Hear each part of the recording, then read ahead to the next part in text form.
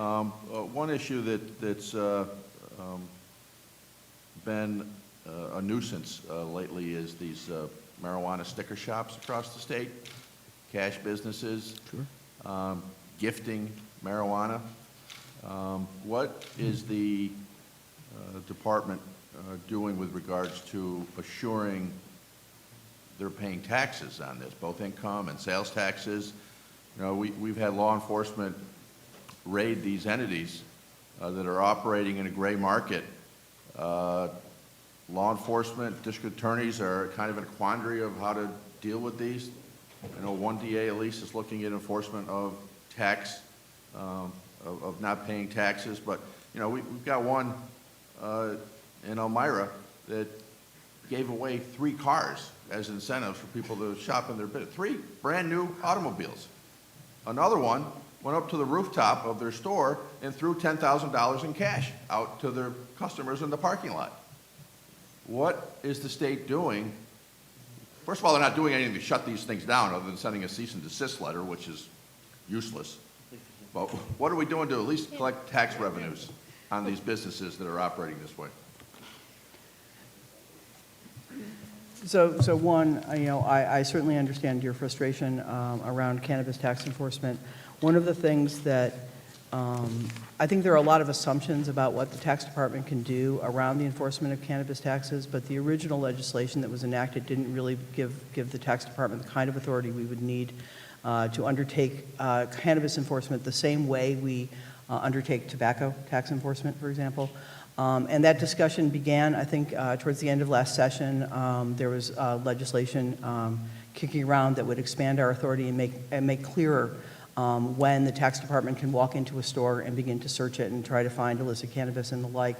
And I would anticipate that those discussions are going to continue in this session because at the end of the day, the tax department has robust, deep experience in enforcing tobacco taxes, and we understand that the consensus seems to be that the tax department will be be playing a significant role in the future.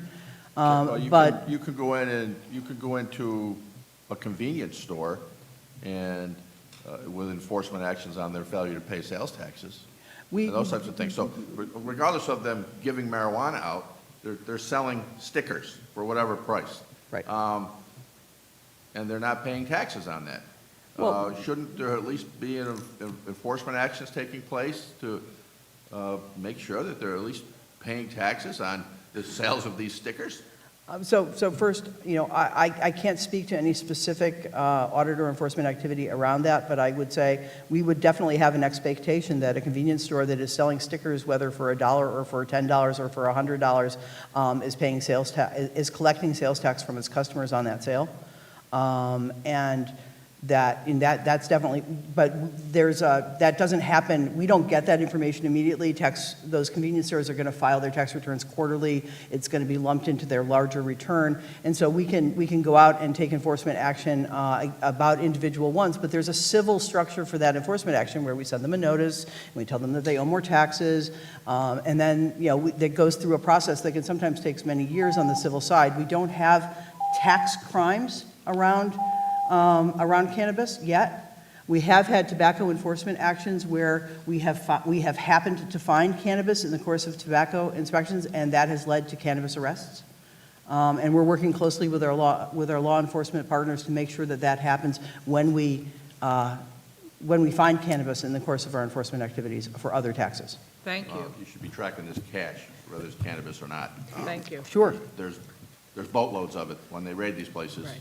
They're doing over $100,000 a week. Thank you, Tom. Samara, Assembly.